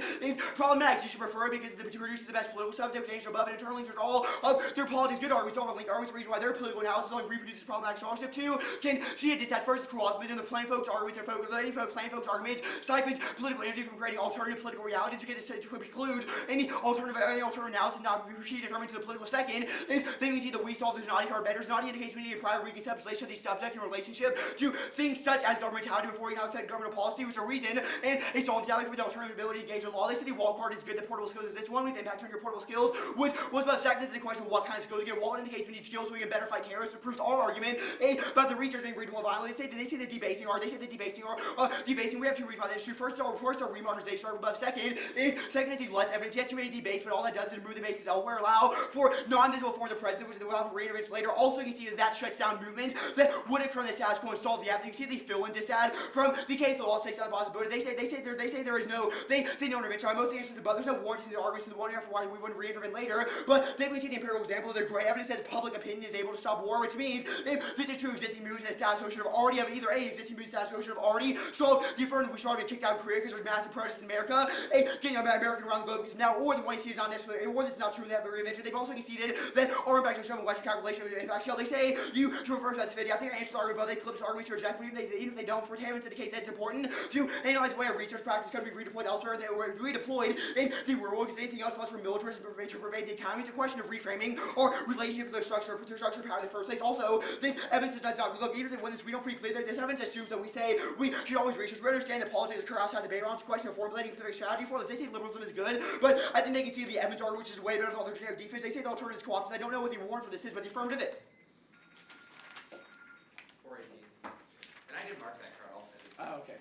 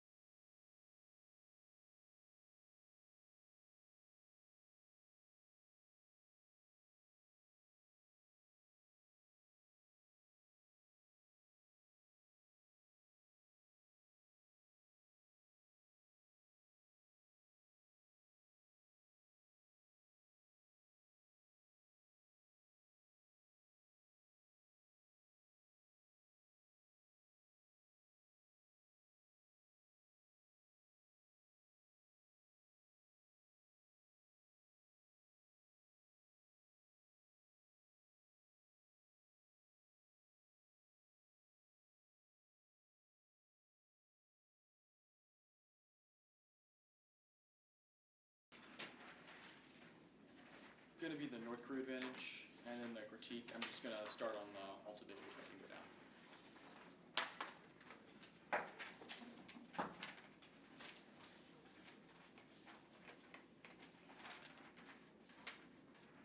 Repeat the order for me. Yeah, North Korea, then the critique, just where he started on the whole debate, and go down. Okay.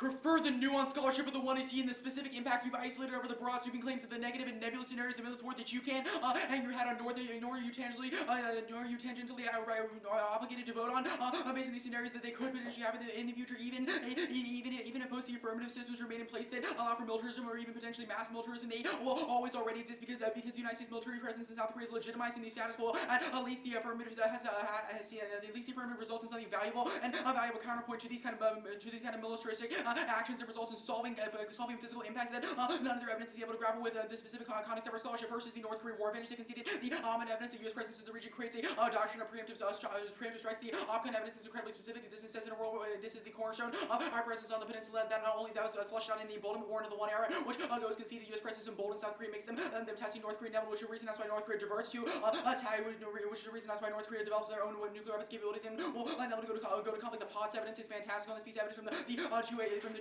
sites of representational studies in North Korea. It says that you should view them through a lens of neorealism, and it says it's very specific. It's very specific in the context of North Korea based on an infinite based on a ton of studies from international relations scholars. It says that this is the way they have reacted and have changed their policies. Only the firms able to solve that by serving as a counterpoint to reneging on. The second is the chemical warfare impact. This impact was conceded the ICG evidence indicates they fear U.S. military presence in the region, which only the affirmative is able to solve, which causes them to default to chemical weapons, which causes escalation. They've conceded the piece of evidence indicates chemical weapons that cause the most unimaginable suffering and death possible. Only the affirmative is able to solve the approximate happening of that. They say we're not going to hold the 1C door scholarship. The 1C scholarship is good. There's not enough specific index to the 1C or the scholarship that we have just lines from the piece of Baylor evidence. For example, however, the entire 1C is written as a counter to the United States and to how we perpetuate the security dilemma. The status quo. The POTS evidence is fantastic on this question. The apocalypse scenario plan argument. This wasn't conceded. This was embedded with all the arguments in the POTS says is good. It says that the affirmative is contra to this. Even if we say that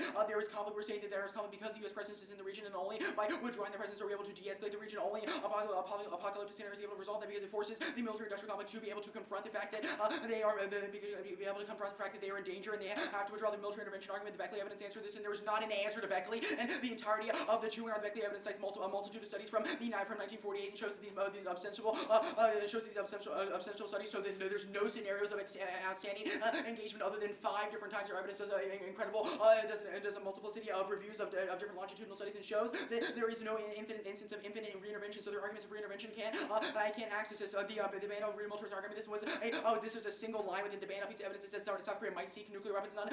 Reversal Bando says that this is good and would cause a stabilizing reaction to the peninsula. They can't use this as often. Second is a question.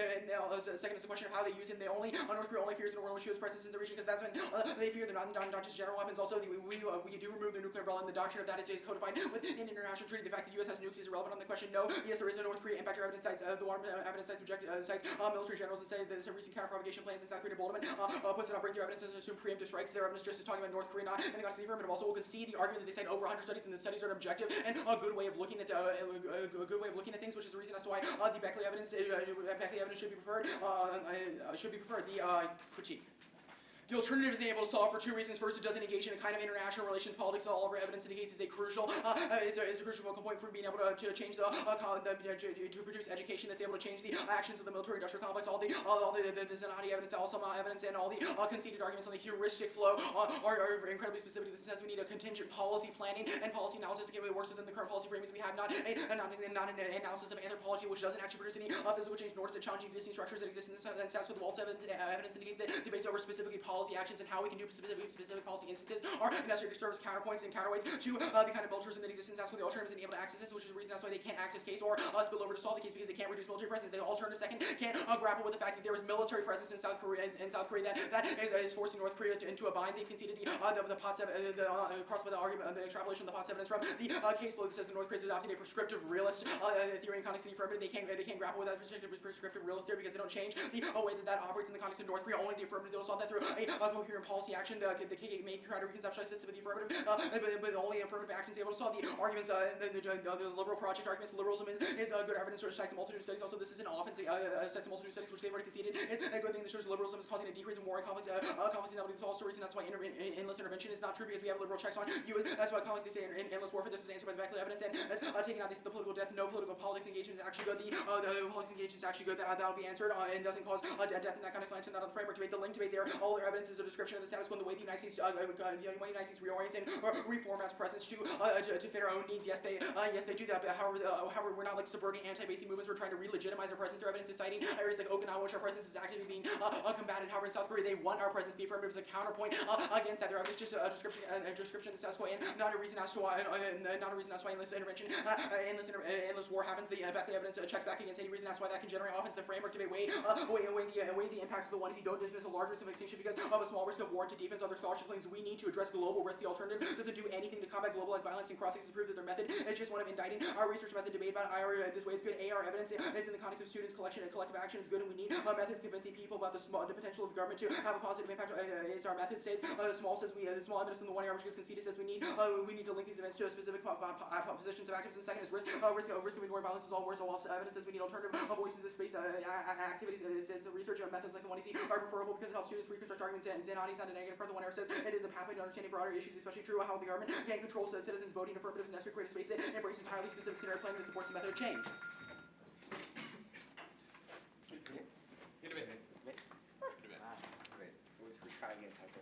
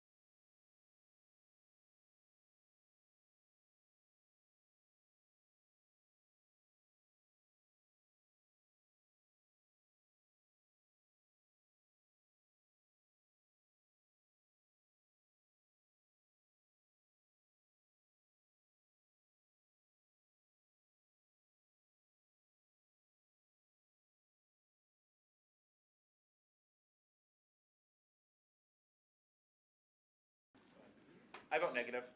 I think that there's a single overarching nexus question.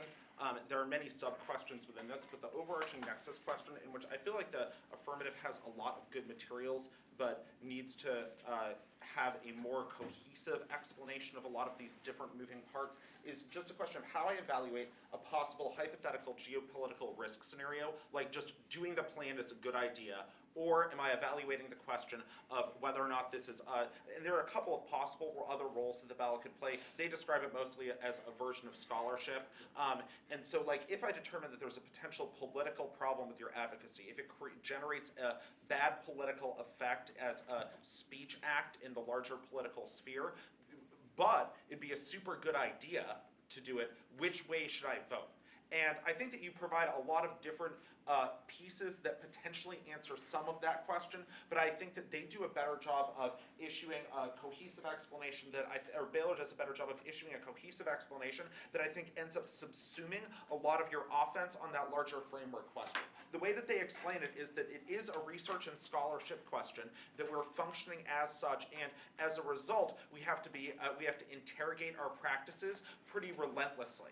And that by itself, I mean, that subsumes a number of the different places that you generate some offense, because you're like, you need to engage institutions, and they're like, yeah, sure, like, you do need to engage institutions. So the idea that they're a withdrawal from the political, I think, is wrong. It's just a question of what emphasis of the political, or what aspect of the political, rather, we choose to emphasize. So I think that they get ahead on some of those sub-questions and the ability to subsume some of those specific pieces of offense. I think that there's also a little bit of lack of cohesion on your part about like whether the affirmative is a hypothetical research practice, like whether it's a hypothetical exercise in scenario planning, which is what I think your best evidence supports, or whether it is attempting to persuade a public at large. I think that you would be better off by making an earlier investment in both the 1AC, the 2AC, and honestly throughout in saying like the question of how this speech act is received outside of this round doesn't matter. There's no spillover. I think it's. Did you send it to ballot? I sent it to yes. I think that I sent it to. I got it. Oh. Okay. We're good then? Are you good? Okay, Gary says, can you vote on the actual ballot or get someone from Wake to do it for you? I think I didn't get, okay, I did get his actual ballot. I'm just gonna fill it out the way he wants right now, to be sure. Okay, that's it. Okay, cool, thank you. Okay, sorry to interrupt. I know where I left off, and I'll get to that in a second once I fill this out correctly. I apologize. I may not have written it actually that much. Can you get it? I didn't get it, I'm sorry. Oh, okay.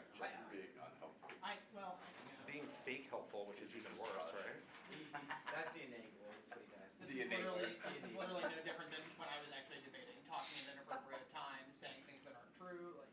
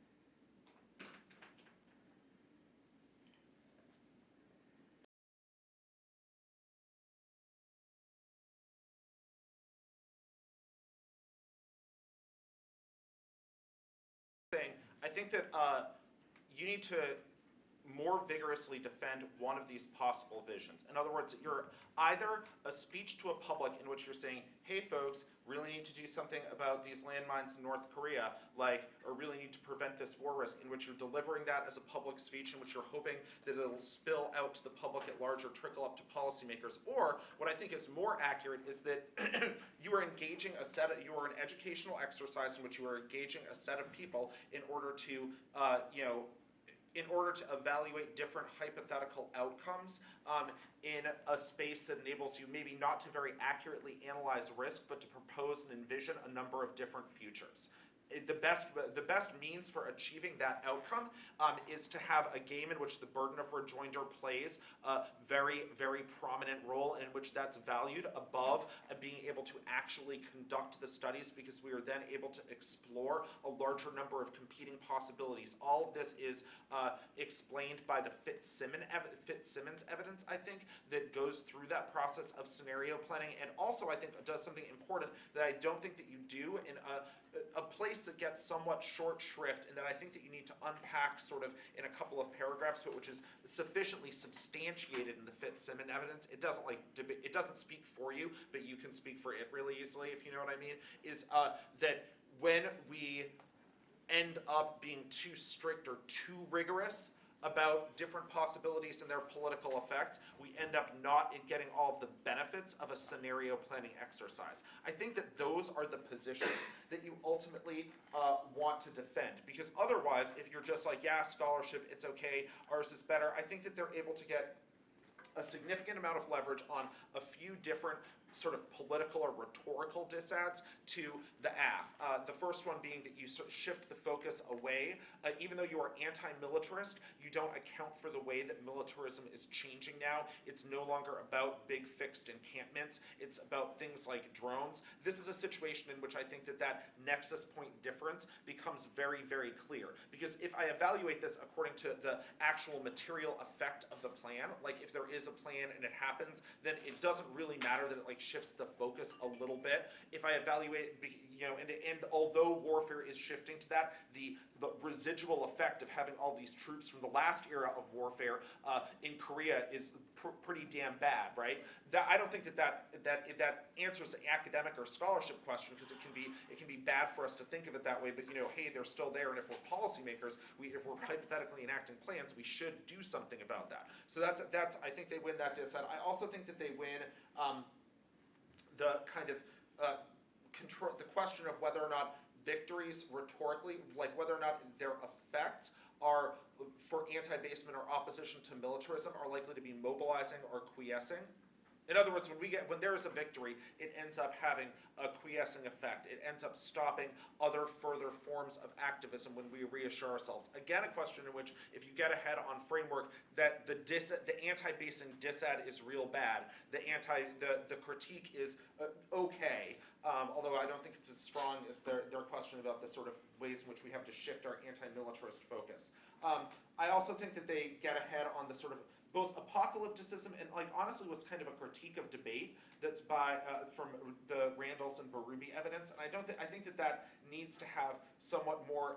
This is something that I think, again, the larger question can potentially get you out of. This is the place that I think you are technically falling the most behind in this debate, which is why bearing down on a question that renders it irrelevant, or is a real reasons that I should prioritize your impacts above that, even if they are silly debate impacts, I think would be really helpful for you. And that's a reason that I think, both in terms of the direction of the evidence and the direction of the actual debating, I think very much inclines you towards a 2AR, even if you've not made the decision earlier, in which you're like, look, debate's a game, yeah, we highlight our evidence to images to poems, so like that means that we get more out there and we have more scenarios, so we're able to play with more possibilities. I think that that's something that also, since that becomes part of since it becomes a component of their critique, I think that you could have a somewhat crisper answer to that in the cross-acts, because you're just like, well, here's what the argument is actually saying, but I don't think that gets at. And I also think that the question could be a little bit crisper, because you kind of keep pressing on, like, yeah, but what does it really mean? And the only answer that you're going to get is like not what you really want. You've made your point, like this evidence is elliptical at best. It's a poem. It's a fortune cookie. You've made that point, so you don't. So asking just sort of diffuses that. And just be like, I mean, you should make some effort, I think, if you're going to have a follow-up, to confine them to that and be like, okay, what is this? Can you just what is that supposed to mean? And then you start saying, being like, I don't want your explanation. I just want to know, like, is that verb? Does that verb agree? Is that a real thing? And then he's like, that's an argument, be like, nah.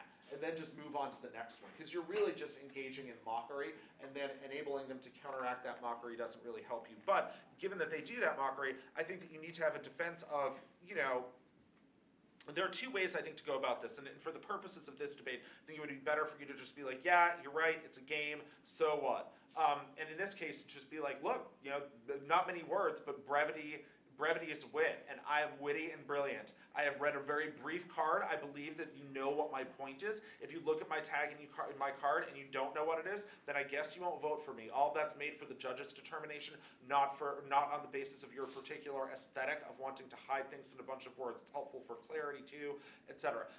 I think that a better place for you to potentially shine in this cross-ex for defending your research method, and this is something that requires a little bit of work but is really helpful, very consistent exchange in these particular debates. You're like, studies, empiricism, studies. They're like, what studies? When that question happens, I think it is an opportunity for you to hit it out of the park. The negative should always ask, or the more critical team should always ask that question because it's seldom answered well. But if you are able to actually go through and say what those individual studies are and talk about them in boring technical detail, that perceptually puts you very far ahead in a way that justifies your approach to debate. Because ultimately, you know, as sort of a boring and pedantic person, I am more inclined to want to vote for the visible results of scholarship when you're like, yeah, I know what all those studies are, you just know like a bunch of, you know, a few blurgy phrases. But if you end up being on the side of blurg and just being like, yeah, I don't really know, like somebody probably did a study sometime, but you know, they seem study-ish, like science-ish, it's truthy, like, and that ends up being more of your answer, which I think is fine, but it requires a lot more of that game-based justification, because that's really the process that you're engaging in, which I think is fine and is super defensible, but requires, I think, a more explicit defense. You end up splitting the difference a lot when you're like, yeah, but like, wouldn't it be cool if we like talked to the public about landmines? Like, yeah, that might be like moderately cool, but it's not really what you're doing. So I think the Fitzsimmons evidence is a place that you should bear down. The Kawato evidence is an example of where you have something that's in the context of public rhetoric, but you know, it's not really saying like if we're right we should win. It's like if we mobilize publics then we should win. But I think you decisively lose that question. So having that evidence, having that story continue, I think doesn't really help you. The Owen the Owen evidence I thought was a place where it's like, it's probably useful for them to point out the highlighting, because like here, the highlighting of that card is too much, like actually too much. Yeah. That's a place where it like actually changes the meaning, because you're like, a lot of people are like blah blah blah epistemology over ontology, but it looks like but the way that like relativist IR scholars say it, it looks like the former derives from the latter. And I was like, what? It's because it seemed like the way it's highlighted, it says like ontology derives from epistemology, but it's actually saying like those nebulous questions really derive more from like middle theorizing stuff in which we look at empirical phenomena, which is obviously the argument that you want to make, but it's highlighted in such a way that like says something different. And again, all of which is like potentially okay. I don't think it's like damning that they point this out about some of your evidence, but there are some places where it's like on the verge of just not being considered very seriously. And I do think that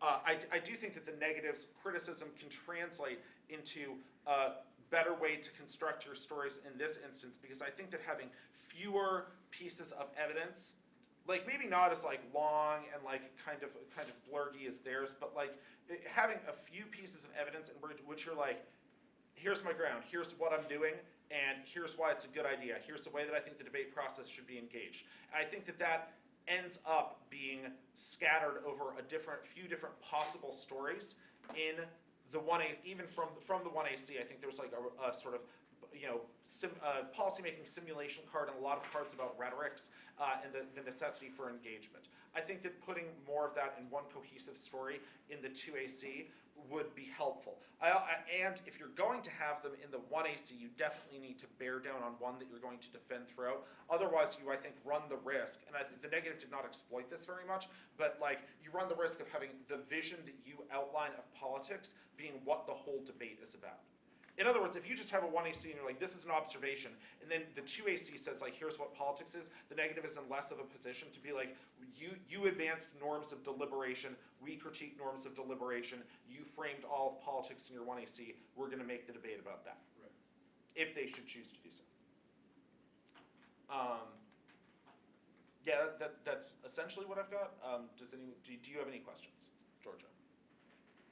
So when going into the 2AC, should I just not take the approach of like the Waltz evidence and stuff about speaking to the public and just be like, debate's a game? Like just including the Kawado evidence and all that? I'm sorry? So should I just pick one? Like, so you're saying I should just pick like the debate's a game strategy?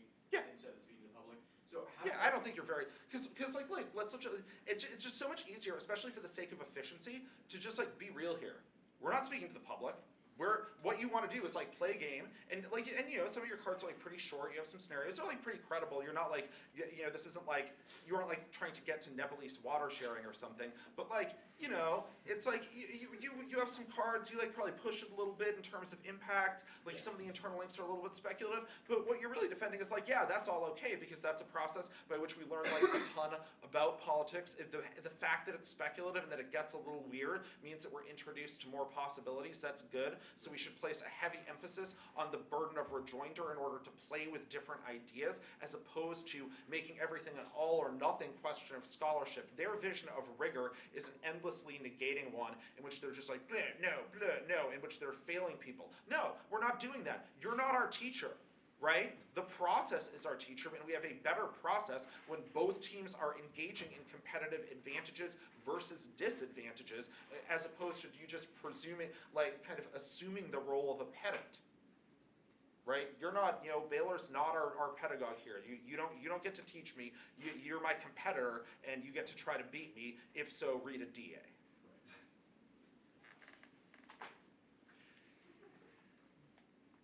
Do you have other questions? Not in particularly. Okay, if any occur to you, are you all good? I have some questions I'm gonna have to think about and formulate, and kind of email you at some point, like after the tournament, if that's okay. Sure. Yeah. Cool.